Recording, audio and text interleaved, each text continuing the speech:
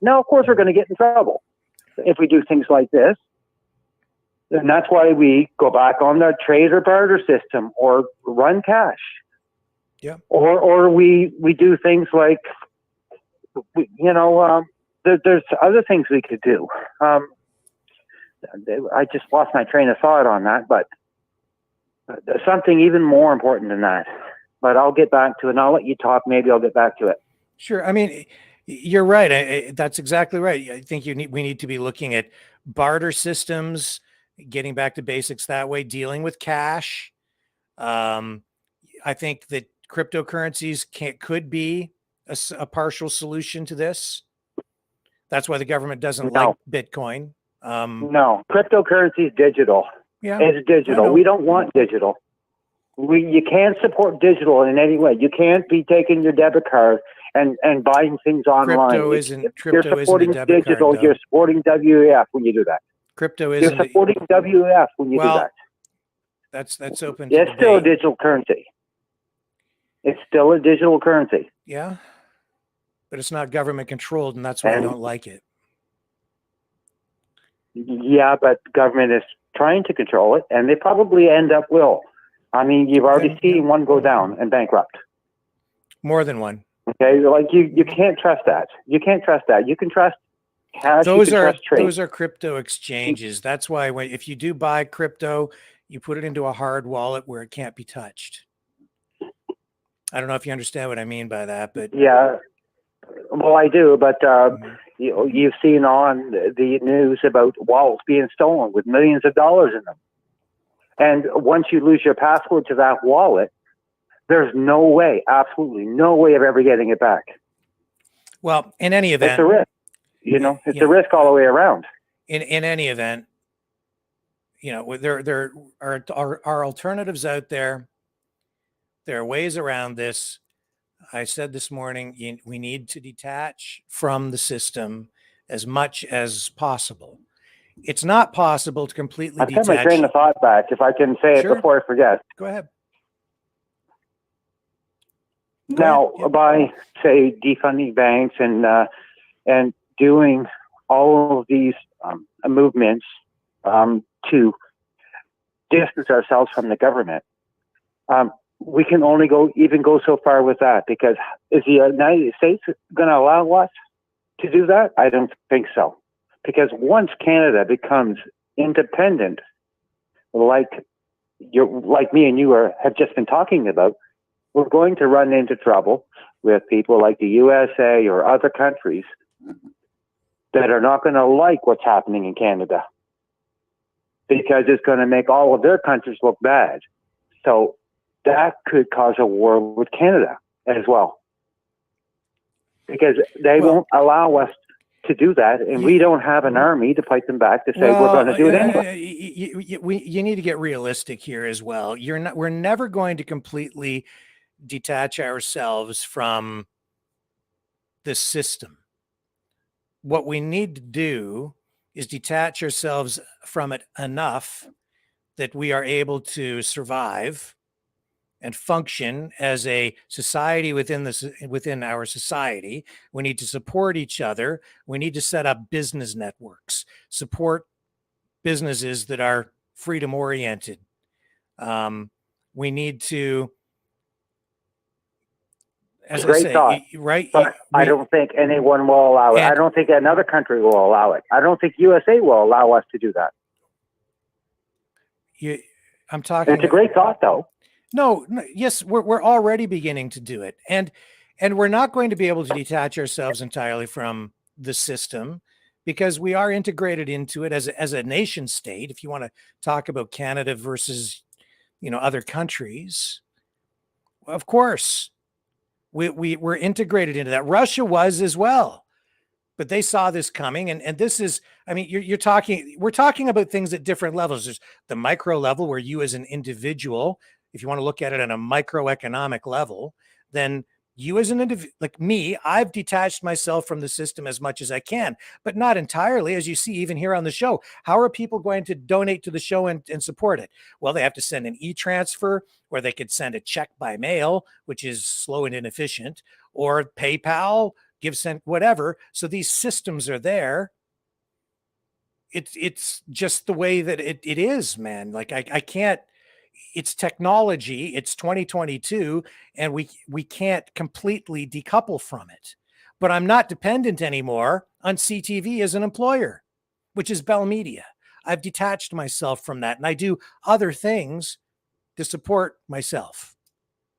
I'm an entrepreneur of a sort. I don't make as much money as I used to, but I made a choice a long time ago to exit and be independent.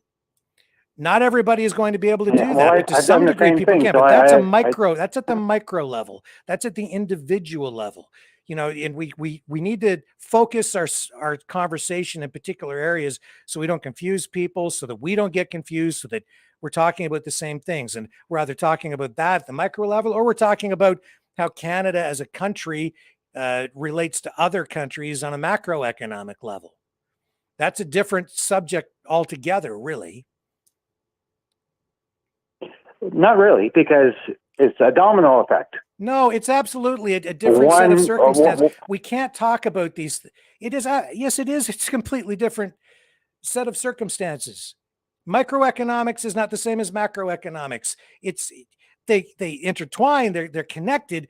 But if you want to talk about something intelligently and productively, then we need to focus our conversation. So what I do as an individual isn't the same as what's going to happen if we're talking about what Canada as a nation state is going to do with relation to other countries, and how we're going to interact and trade with the United States. That's a macro thing that involves everybody in the country and everybody in the United States. I think you've misunderstood me. Okay. I think you've misunderstood me. I was just talking as a whole. We only have so much power to change so little. We can only do little changes. Now, those little changes might create a better quality of life for us.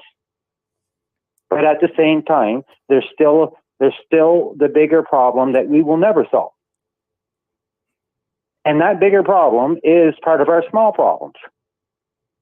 Right now, what's the bigger problem? You're right. We do have to concentrate on only the smaller problems, and that is to try and get a better quality of life. That's all we can do. But we're not going to fix the entire world. We're not going to fix Canada completely. Yes, I but think we can. Well, we can have a better quality of life. We're not going to fix the entire world. Nobody's going to do that. No country is going to do that. The world is too complex. There are too many different kinds of cultures and peoples and ideas out there and religions, and we're never going to fix the world. The world's going to go on, and it's going to be a raucous place for as long as the world exists. But we probably could fix the country. I think we should start with defunding banks. Well, what do you mean by defunding the banks? What does that mean? Well, if you use the banks to pay your bills, and don't keep your spending money cash in there. Keep a cash flow. Keep a nice big cash flow. Don't have $75,000 in your savings account. Pull that $75,000 out, and have a bill account on the bills that you have to pay online or pay through online banking. Keep that money in your account. Use the banks only for that. They are making money off of our money. So the less money you take from them, the less money the government's going to get, the less money they're going to make, and the more power we're going to have, because then they're going to want our money. Then they're going to start giving us things that we want to put our monies back in the bank. Well, again, people need to get smart about this stuff. I'm not going to sit here and tell people that we're going to, I don't know what you mean by defund the bank. Like, you take your money out of the bank and put it in a mattress? Is that what you're saying? Sure. All right. That's what I've done. Okay. Well, that's okay. That's what I've done. You can do that. You're not making. What my son's done. That's what a lot of people in my family as far as interest goes, you're not making any money on interest in a savings account anyway, so it doesn't matter. No, but I can go out and use my money and buy something and double and triple my money in a month. Mhm. I just actually spent $1,000 and I made 10 grand on $1,000 Mhm. with cash. Yeah. You think you're going to get that kind of interest in a bank or RSPs or bonds? You ain't going to get that kind of interest. Mhm. You're not going to Mhm. make money. You need money to make money. Yeah. Okay. Cash is Listen. king. Yeah, we've got other callers queued up. I'm gonna have to move on to give other people a chance here, but I do appreciate the call, and we can continue the conversation at a later juncture. I appreciate it very much. Yeah, I see. I get you wound up. No, I'm not wound up. We're just jumping around all over the place here. And I've got 1, 2, 3, 4, Well, 5, I'm not 6, 7 really. calls. Me and you pretty much are on the same page. Yep. And you're just trying to hit the smaller areas. But I mean, while you're hitting these smaller areas, you also have to consider the bigger areas, the bigger obstacles that we do have to, and the hurdles that we have to jump. Sure. Okay. There's not just small hurdles here, there's big hurdles. That's true. But anyway, take care, Rick. All right. Thank you, sir. You take care. Have a good afternoon. Talk to you again. You too. Bye. And it's Lou. How are you today, Lou? Hang on a second. Good. How are you? There you go. I'm okay. How are you? I'm all right. Go Go ahead. Conversation. Yeah. Yeah. So, just a couple of things I want to bring to people's attention. Mhm. First of all, you're talking about offensive movements, people getting together, going on the offense. So, I would highly recommend that people refer to Gene Sharp. I don't know if you've heard of him before. No. He's the author of the book From Dictatorship to Democracy. And he has 198 ways of civil disobedience.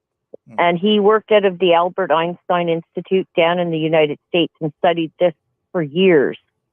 There is actually a YouTube video people can research, a nice 1-hour documentary about Gene Sharp and his work.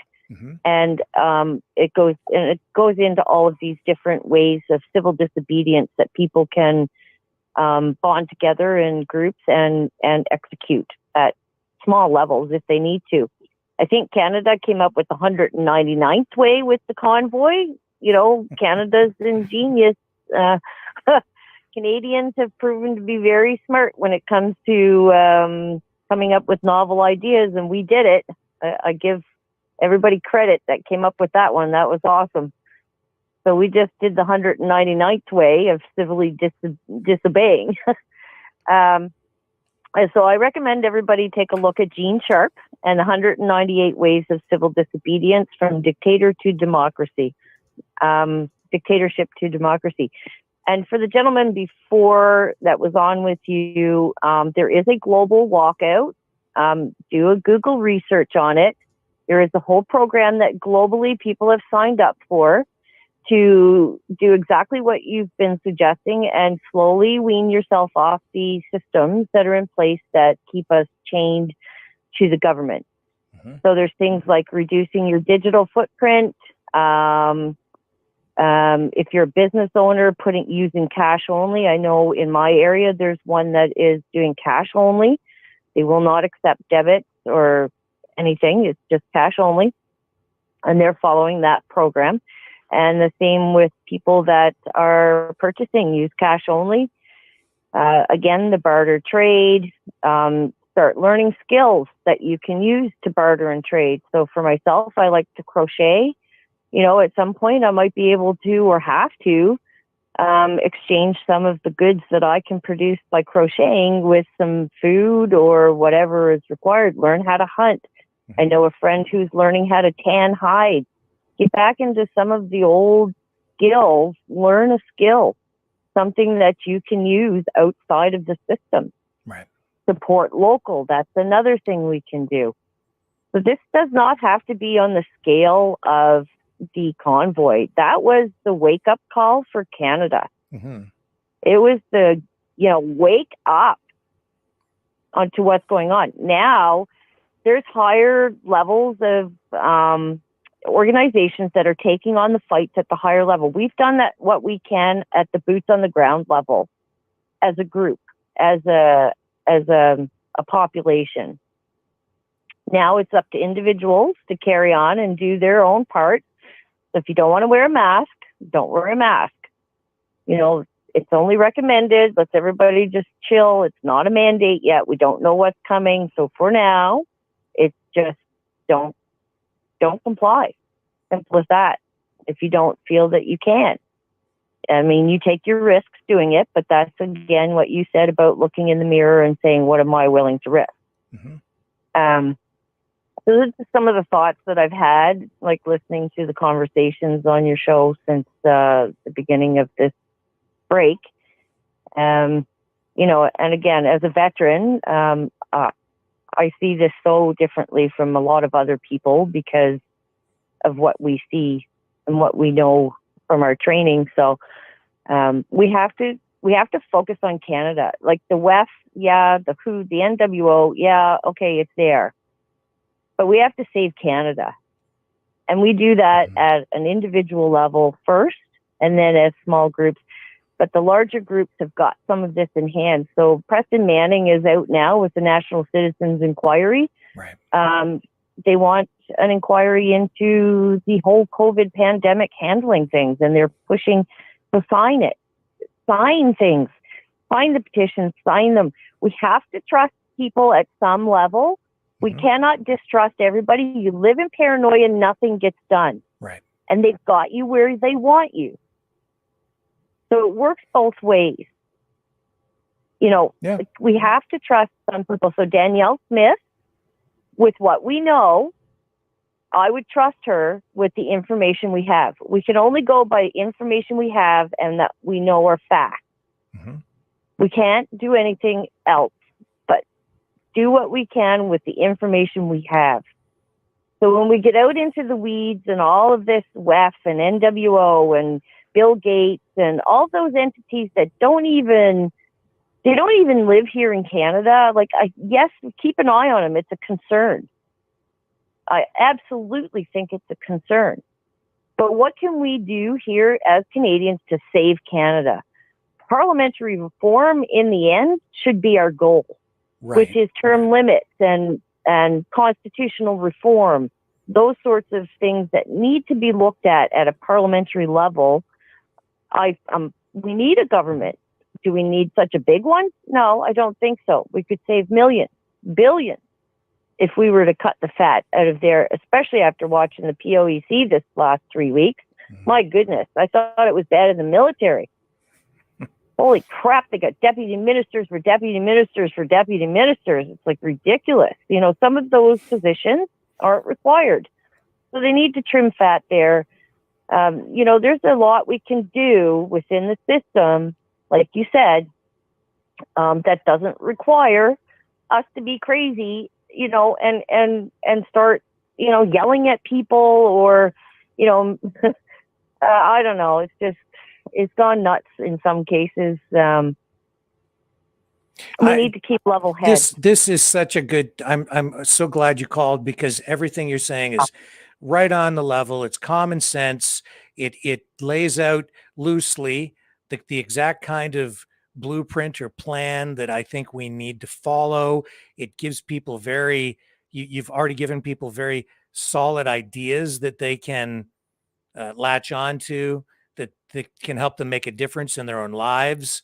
It doesn't reject the country, completely. You're saying exactly what I've been saying, which is work within the system so we can change the system. Yeah. And we're making gains. Right. And you're exactly right. Preston Manning with this citizens inquiry into COVID, that's a big step forward, right? Yeah. So we're I encourage winning. people to join these groups.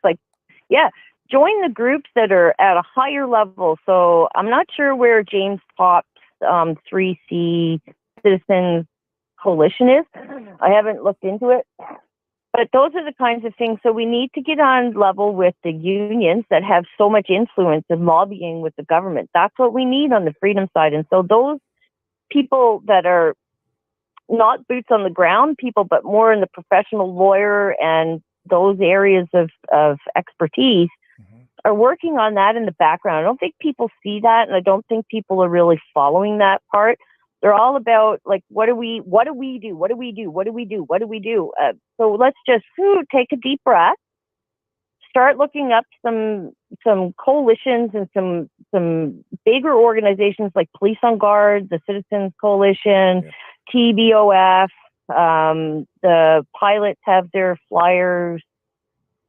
There's a lot of them out there. Look them up, join the groups, get to know what they're doing, sign the petitions as they come through.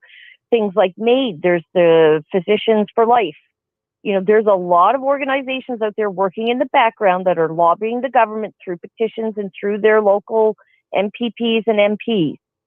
And if you don't feel that that's enough, then start writing and bugging the heck out of your MPPs and MPs. Sitting back and complaining like we always do doesn't get us anywhere at all. So we need to focus on Canada, period. Right. Forget the rest of the world right now. Canada is like going downhill. We need to bring this, we need to pull it back. Right. That's just, again, my thoughts. And as a humble civvy, retired military person looking at this, trying to look at this in a rational way, I get emotional too. Don't get me wrong. I was yelling at Lucki today at my TV. I sit here and I yell at people at my TV when they I get emotional watching this stuff because of the crap that comes out of their mouth. And we know it's crap. And we know there's a narrative. And so we've got people that are fighting that with the memes, and it's a meme war, it's an info war, just like Veterans for Freedom says, and all of that's going on right now. It's an info war. Yeah. That's exactly right. So anyway, that's my 2 cents. Oh, that was worth $1.50. That was fantastic. Thank you. Inflation. Yeah. Inflation. Anyway, thanks for having me on again. Thanks for having me on again, Rick. I really appreciate the time, but I think we need more education about what's available. Mm-hmm. And I think it's great people have an avenue to rant with you. I really do. But I think we need more people to call in if we can get it out there, to point to people in directions that they can actually make a difference. Yeah, this is a community that we have here. And one of the things I learned about media when I worked at, all different media outlets, and especially CTV, is that, media also is a reflection of, but it also connects community. And we can do that right here. When you watch your local newscast, or even in the morning when you listen to your local radio station, they're a reflection of your community, and they'll talk about charities. And, this weekend here, for instance, they've got a thing called The Gift, and they get toys and things for Christmas for kids that are in need. We can do similar kinds of things right here on this program. We can get these organizations on, give them a voice, get people to be more aware of what they're doing, bring people together. That's what this is about. Yep. So I will do a shout out to a couple of things that I know that are happening that are in the parallel society, disengaging from the system type organizations. I will give a shout out to the Fringe Farm Network, it's called. Look them up on Facebook. Get involved if you own a business or you have a farm, or it started out of Nova Scotia. And I also know Freedom Fighters Nova Scotia, or Freedom Fighters Atlantic. Anyway, they're doing toy drives and clothes drives, and they were out there helping with the hurricane aftermath. So there are lots of local groups that are doing these sorts of things. But Fringe Farm Network comes to mind because they're spreading right across Canada. And I believe they've already hooked up with the Crackpot Farmer from the Convoy to take it international into the States as well. So they're a good they're a good one to look up, and if you can contribute to that, hey, great. They're all about trade and barter and not making a whole lot of money off their produce. They do, anyway, I just invite people to look them up on Facebook as well, because they're doing some great things too. I've just been sitting back watching. I don't really have a lot to contribute to them, but I like to see what's available out there and to be in the know on these sorts of things. So, you know, social media is there, digital's there, it's all there to stay. It's not going away. Nobody's given up their smartphone because it is our connection to each other. Right. So use it. Use it to your benefit. Right. Use it for the good. Exactly right. Do the research. That's exactly right. Yeah. All sensible, and just doing what you just did right now, just mentioning these organizations, making people aware so that people can find out, get connected to them.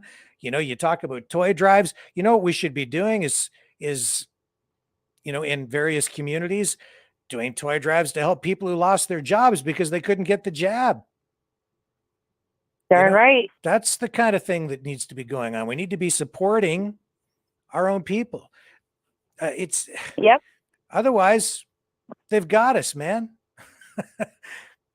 And there's lots of us, so we can support each other. We can get this done, and we're growing. Sure can. Yeah.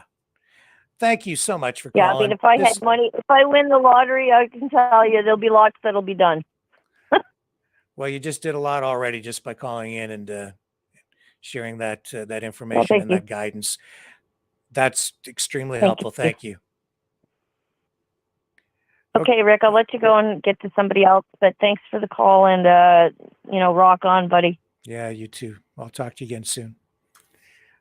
Okay, All right, we're going to move on. I'm not sure who's on the line now. There's no name on the screen here. Go ahead. You're on the air. Hello. Are you there? Hello. Hi. Hello. Hi. Hello. Go ahead. Hi. Hi, Rick. It's Rose. How are you? I'm okay. How are you? Oh, not too bad. Great call. The last call gives a little bit of hope. Yeah. In these dire times. Yep. I just wanted to say, healthcare is not free in this country, really. When you look at it, we pay for it through our income taxes, depending on what our income is. But that's besides the point. That's just one. But to bring it back to the inquiry, if I might, I've noticed that there are 3 words or code words that are consistent throughout, regardless of who is testifying so far. For me, it is tools, resources, and plan. Correct me if I'm wrong, but way back in the day, tool, when somebody referred somebody to be a tool, it was somebody who was a few sandwiches short of a picnic. Or a jerk. Right? Yeah. I'm just saying. Yeah. Right? So all their tools in their tool chests, right? So we have quite a few tools in our tool chest in the Freedom Organization. We've got people like you, Viva Frey, and that. And I'm not into tearing down anybody that has any success, and we have to allow for that to grow. Now, resources. Do they mean resources as in people, or is it a fictitious thing? Are they referring to people themselves? I don't know. With all the resources, particularly in the police forces and all of that. So, and their plans, it seems to me that the plans have been in effect way prior to even COVID, right? Mm-hmm. So, if I might bring something back to the Deputy Solicitor General that testified a few days ago, which I found poignant. He said that there had to be a separation where politicians were unable or not supposed to be able to influence the police operations, and that would be the separation between the politicians and their plans. But I think that there's evidence coming out where politicians are directly influencing those realms of government, even in the judiciary, where the politicians are dictating to all of them. And hopefully that information comes out. That's one more thing. Now, is it possible that picture that you once put up from the anti-protesters, where they wanted the unvaccinated gassed? Is there a possibility of getting that in our toolbox, and when it was taken, and perhaps to submit it as evidence in the inquiry? I don't know. It was sent to me, and I had it. It was in my my file right here. I don't think I have it here to put up on the screen here right now, but I've got it around here somewhere. But if it, in order for it was during the convoy, yeah, for it to be submitted, it really shouldn't come from me, because I received it, you know, probably third or fourth hand, likely. I'm not sure who photographed it, so it should come from the source, I think. Don't know. right? But do you not think that their narrative that the government was trying to put forward on Nazis, misogynistic people, or whatever, if that was during the anti-convoy protesters, right? That Yeah, had that happened. I guess there was some sort of a clash between the Freedom Convoy and anti-freedom people on a bridge. On a bridge. And Viva Frei was also has footage, I believe, similar, and trying to get interviews with them where they wouldn't speak. But if that sign was there, I think that if it was just brought up, because sometimes a picture is more than 1,000 words. Yeah. Right? Where the narrative was coming from, directly from them and the government, because I believe they're an infiltration regardless. But yeah, that's all I was going to say. But also with the injunctions that were brought forward, where did the people get the money in Ottawa to be able to bring forward an injunction? I'm sorry, I don't understand. Where do people get the them? Ottawa Citizens Group. Yeah, the Ottawa Citizens Group. If you remember Sexy Lee, she was awarded that award by Councillor Crazy Woman there. The commission's coming back in. It's resuming, so we've got to drop the call.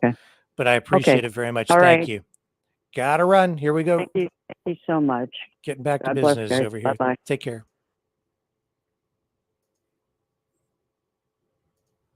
So Brendan Miller, lawyer for Freedom Corp, up now asking questions. So we'll get this back on the screen for you. Here we go. Folks, to do that. If I can bring up document SSM.CAN.0000283_REL.0001.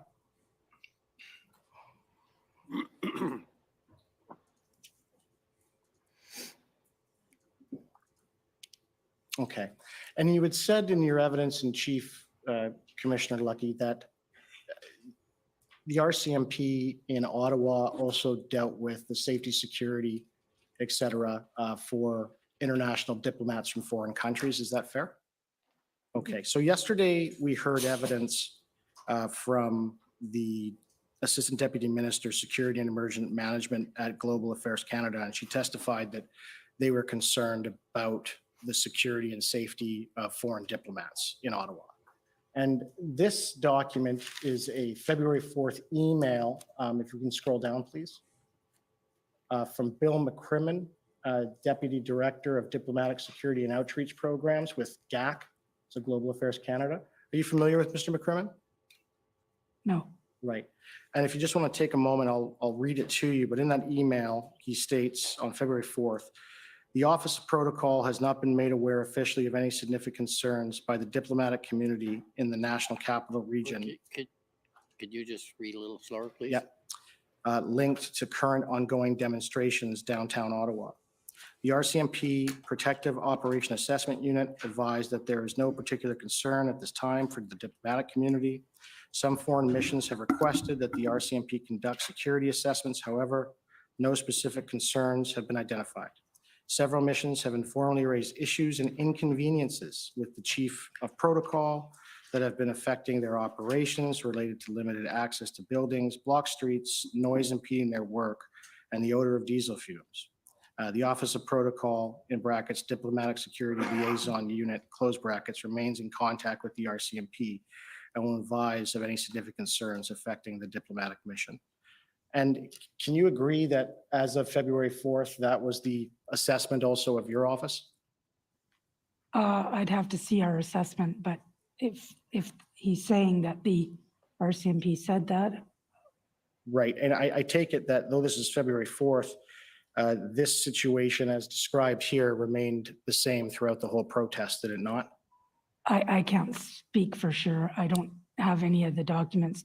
Okay, and yesterday, the Assistant Deputy Minister, she couldn't give us any other information other than a blanket statement with no evidence or information. So is it fair to say that if there was actual evidence or information? Excuse me, I don't think that that's a fair description of the evidence that was provided by the witnesses All right, yesterday. I'll rephrase it. So would you say then that you would have no more further information with respect to specifics than the Assistant Deputy Minister did yesterday?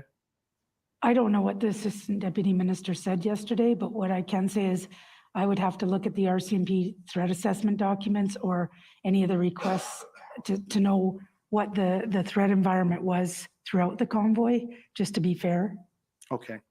Now, Commissioner Lucki, I'm going to ask some pointed questions on the next following set. Now, Commissioner Lucki, can you agree that under the RCMP Act, it doesn't provide sufficient independence from political, executive, and political interference from your office? Is that fair? Well, I assume it does, but others don't. Right. And you know that from your appointment as commissioner under Section 5 of the RCMP Act, that appointment is what's referred to at pleasure. You understand that? Yes, And you understand that that means that the governing council, on a recommendation from the political executive, the prime minister, cabinet, can remove you at any time at will without Yes. reason, right? And this is different than what's referred to as an appointment of good behavior. You understand what that is? yes, not intimately, but And an appointment of good behavior, you at least understand, requires actual grounds of misconduct to remove you, kind of like a judge, right? You get that? yes, Right. And for example, I take it you're aware of the former SNC Lavalin, Jody Wilson-Raybould scandal with respect to the Director of Public Prosecution Services of Canada. That Public Prosecution Services Director, you're aware that they're appointed at good behavior. They're not subject to being removed at will. You're aware of that? no, Okay. And you understand, I understand you have an understanding of the SNC Lavalin, Jody Wilson-Raybould scandal, though, do you not? yes, Right.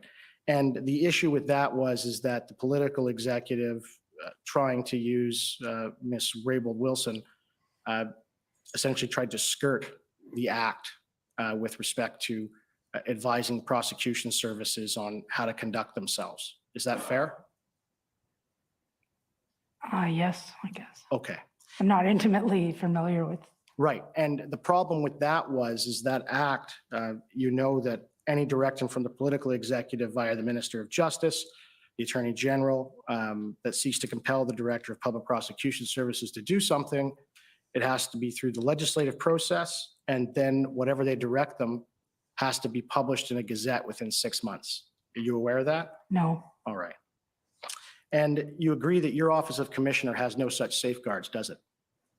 no, And you know that the common law in policing is that you as commissioner and other chiefs of police throughout the country and the common law world really are to be 100% independent from the political executive.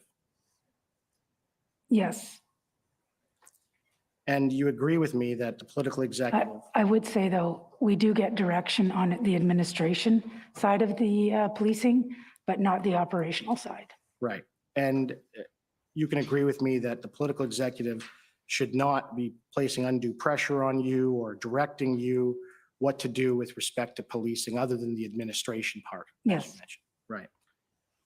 And it's not true, it's true, and I'm not trying to poke, but it's public knowledge that previously the political executive has asked you to do certain things in investigations, such as release information that could undermine an investigation.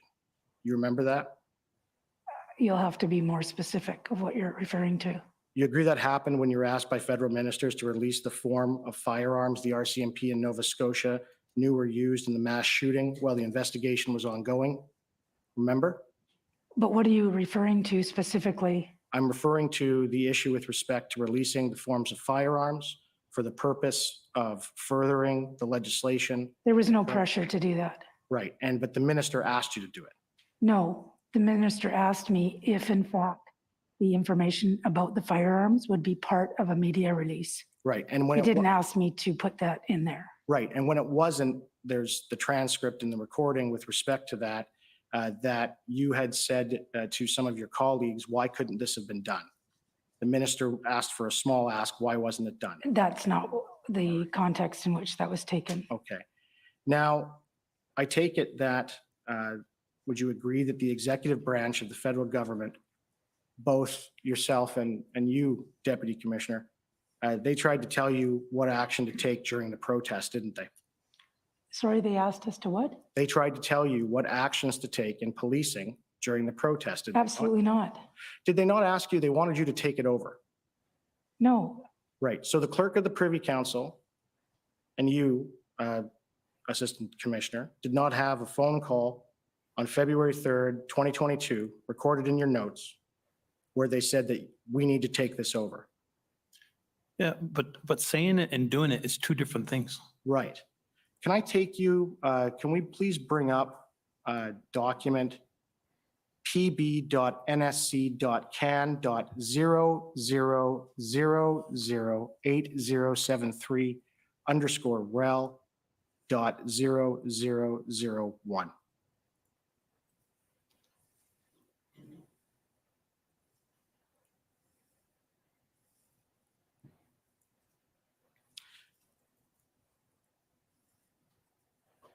Okay. Now, this is a copy of your notes, sir. There's two copies of your notes. The one that my friends had been referring to in your summary statement, just so you're aware, that's document 8073. This is the other set, or that was document 8074. There's another set, and there's some highlighting that you've made in these notes, and I'm going to take you to it. Beginning first, we'll go right to the February 3rd note.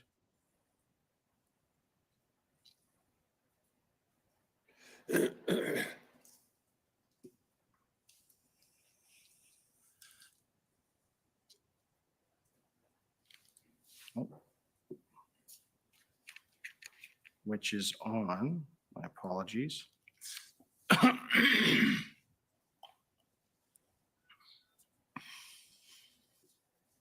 Fourth. I believe it's 19. If we can go to page 19, please. All right, so we'll begin at the top that says February 3rd. That's the note for the day. Mm-hmm. If we can scroll down.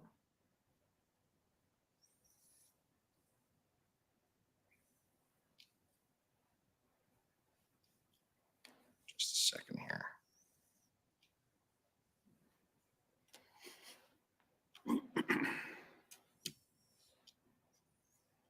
Just keep going.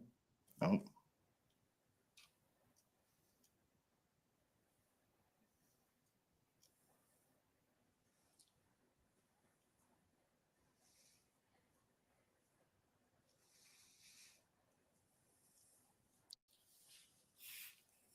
I can just have a moment.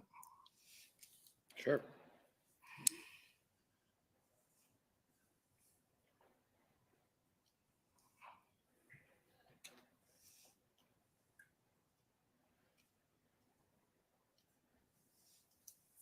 And so just for your understanding, this was the record we found that was deposited over the weekend. That's why I'm having a little trouble navigating it.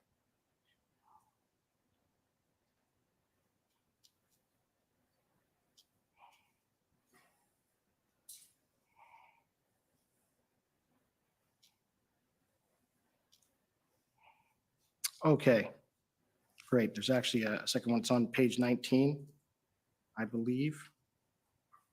That's the MIN's call. Well, we'll start with this one. And this is the minister's call at, I'm going to scroll up. Right, so 12:30.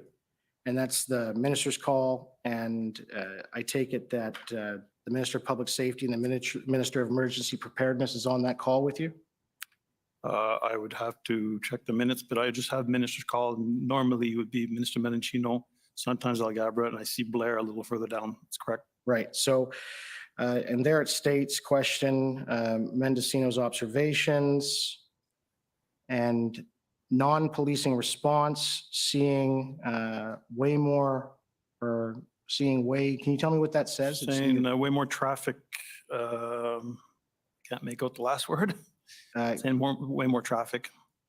and does not seem to be a plan, must start with enforcement. So Yeah. it tells you that. Yeah. Right.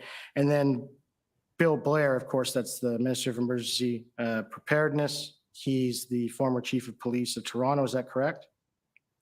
That's correct. And he says the PM is increasingly concerned about how the city will deal with this. Is that right? According to my notes, not correct. Right. And so you agree that, you know, as a police officer, you're trained to take notes, right? Yeah. And you take notes of conversations and investigations contemporaneously to the investigation? Correct. And you write down relevant material matters that you want to remember later in time, right? Key points that I want to remember, brief up. Right. So it's fair to say that these things that you wrote down, this is what was said to you by those two ministers, correct? Yeah. Okay. And if we can scroll down to the next page, please. And this was already put in the other set of notes, but there I see that Minister Mendocino, he says to you that his colleagues feel unsafe going to the Hill. They feel, is that harassed, or Yeah. what does that say? Feel harassed. Yeah. Yeah, Shorthand written. yeah. And then what is it, the second? Concern of Ottawa, essential citizens, essential care, Counter protests. counter protests. Right, okay. So if we can keep scrolling down, actually, I think I've understand why I had it wrong. The date I had with respect to when you had the meeting with the clerk of the Privy Council is actually the 9th. So I'm going to take you down to February 9th. Let me just find that there.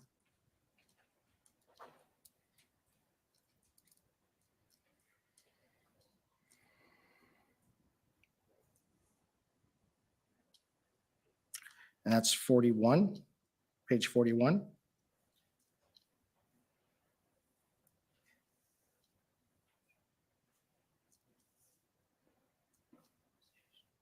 Or, yeah, so at the top there, you see that's the date, the 9th, and it says call with clerk, Mhm. 800. And that's the clerk of the Privy Council, is that correct? I would assume so. Right. And you were there flushing out financials, financial compensation, employees' business, and PS, are you referring there as Peter Slawley or public safety? Let me just read it here.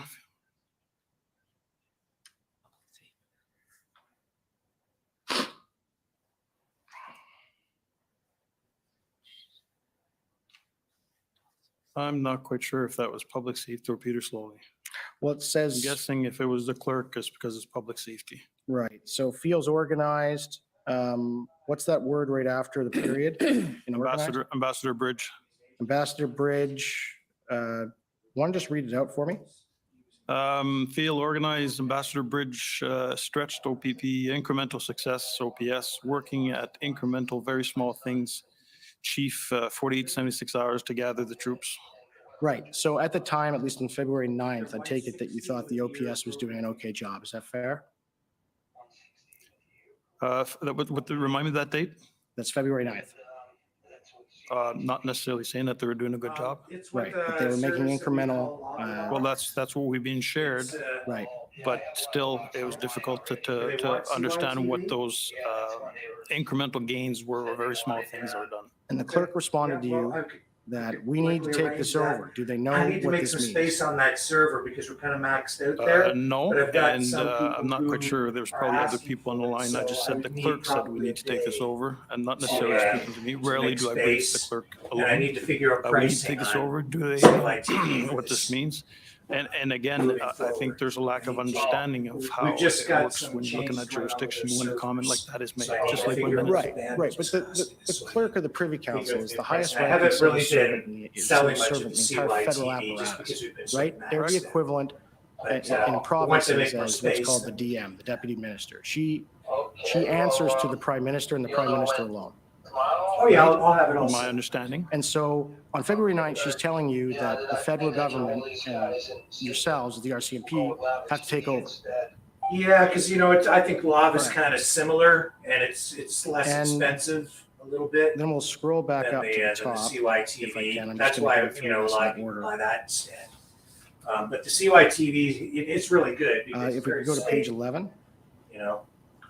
That's why people like it. Yeah, that's what I like. Oh, yeah. So if you can scroll down there. Want me to give you a call tomorrow then, right? Yeah, that'd be This is probably another the briefing best. to the ministers. Yeah, I've got lots of these Is that right? HK ones, so we can. I see minister's with brief, that, and then, I can be more 1,300 hours, specific. 3 points, yeah. All right. Is that not what you're informing them? A police operational plan? What time would you like me to call I back? am, they are I'm being really briefed tied on up. discussions that I'm we've been super busy having right now because I'm with doing this OPS, so that podcasting OPS would stuff, share and with us. So I've got a news program one of that the I do concerns all the day commissioner said long. earlier, But how is this going to kinda end, jump when it's going on to and end, is off. asked frequently. For anything we've had on the planning side, we brief up to the Yeah, ministers to I know, I'm inform on all them the that there is time. something that we I'm don't on every always have day, access like to, 7 but there's days a week discussions doing that this there's stuff. plans ongoing. I Right. honestly, the And best time is to it talk not to fair me to is at say night. that After throughout after 9:30 this p.m. protest, that If the you want to political call me through the executive day, and the it's, executive branch of the federal government mornings were asking around you for operational plans and like even 10 a.m. asking are you to usually- give the usually pretty operational good. plans of the OPS to In the afternoon. So I around will this defer to time the is usually commissioner on this okay. one, but my dealings with the deputy ministers and the ministers, never once did they ask for the operational plan. Okay. We kept them updated on the work that's being done. And Commissioner, then in the morning from about 10 to, We were never asked. usually to do from any about 10 operational until about plans. We did 11:30. brief Those are my cell generally that there times, was a that's when I plan, have time. but we never went into I didn't get briefed on the plan until February 10th, I think it was, or February 11th, but we didn't ever give them, they never Okay. asked for the plan. And can I take you down now to page 25? And if we can just go to the top of page 25, the first thing there. What meeting is this? Pre-meet SBE? what date is that? This is from the 5th. Okay, so it's pre-meet SSE, assistance with Alberta, probably key things that we had to look at for the pre-meet with SSE. Okay. I'm not sure if it was internally or with deputy ministers. I'm not sure. Right, and if we can just scroll down to where it starts with OPP. And it states here that OPP offered its legal expert worked Ipperwash hearing that the OPS is priority for political reasons. So is that the offer from OPP? They offered the Thank you, RCMP appreciate that. legal counsel because of political interference concerns they had? No, not at all. What that was is trying to muster the people together that had the expertise, that had the knowledge, that have worked on several key incidents. And in this case is the result of what came out of the Ipperwash inquiry to help them. Right, and that's to help the RCMP. No, it was to help the OPS, the Ottawa Police Service. Okay, so, We were in assistance to Ottawa Police Service. right, and so the OPP had relayed to you that they had concerns with political interference. Yeah, I'm not quite sure why I put the pivoting for political reasons. I'm not quite sure why I put it there. I'd have Well, to- the Ipperwash proceeding was about that partly. And it's like one of the main things, and as I understand it, one of the main reasons that the political executive in Ontario wouldn't get involved in this matter. Because it was against the principles set down in IPRWASH and police independence. So the OPP is offering legal experts to deal with police independence. And so why would they do that if they didn't have a concern with political interference, sir? So I'm not fully aware of the IPRWASH. I didn't read the report. And what I can say is that what was offered there from the OPP was just assistance with third person who worked on the IPRWASH inquiry for lessons learned. That's all I can say. I can't go in for because of political reasons. All I know is they were offering up resources to assist. Okay. You're over your time already, so. Sir, this is 113 pages of notes. I would like a little bit of extra time. These notes were not dealt with in the statement of the witness because they are a different set than the ones that the commission had dealt with, which is 8074. These were not uploaded or provided to the parties until Remembrance Day, and we found them last night. Well, And I understand the commission wasn't able, in my view, to deal with these issues only because they were using another set of notes. And these notes are a contemporaneous outline and timeline of this witness's evidence of what happened. They are extraordinarily relevant material, and I would ask leave to be able to finish the examination. they are the same notes, I believe, as the They're other not, sir. set of notes. There's just a bit of highlighting, but it's the same text as I understand it. But in any event, there are 16 other people who want to question this panel, and it's a matter of organizing your exam. I Sure. must say I didn't interrupt when you were examining about the proceedings in Nova Scotia, but Right, that was not exactly relevant for this hearing. right. If I could take, if I could ask this, I'll finish up. If we could go to page 38 of this document.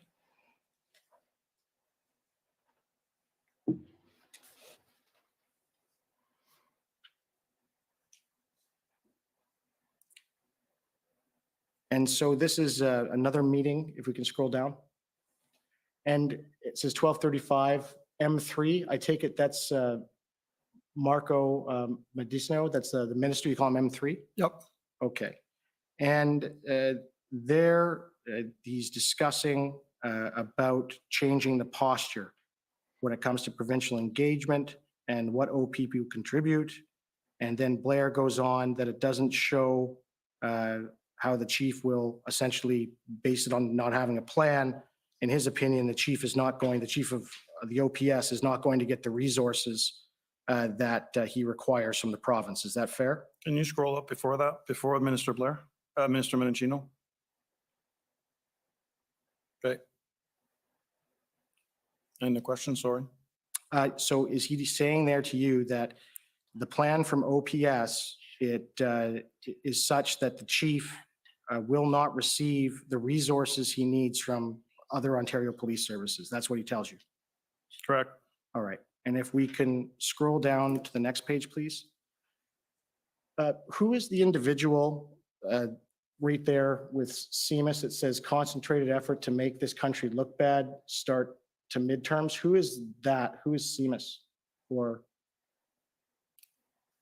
It'd be Minister O'Regan. Minister O'Regan. Okay. So he tells you that I take it that the convoy and the protesters are a concentrated effort to make the country look bad. That's what I wrote down on comments that were made, yeah. Okay. And I'm almost finished, sir. If we could please go down to page 45, please.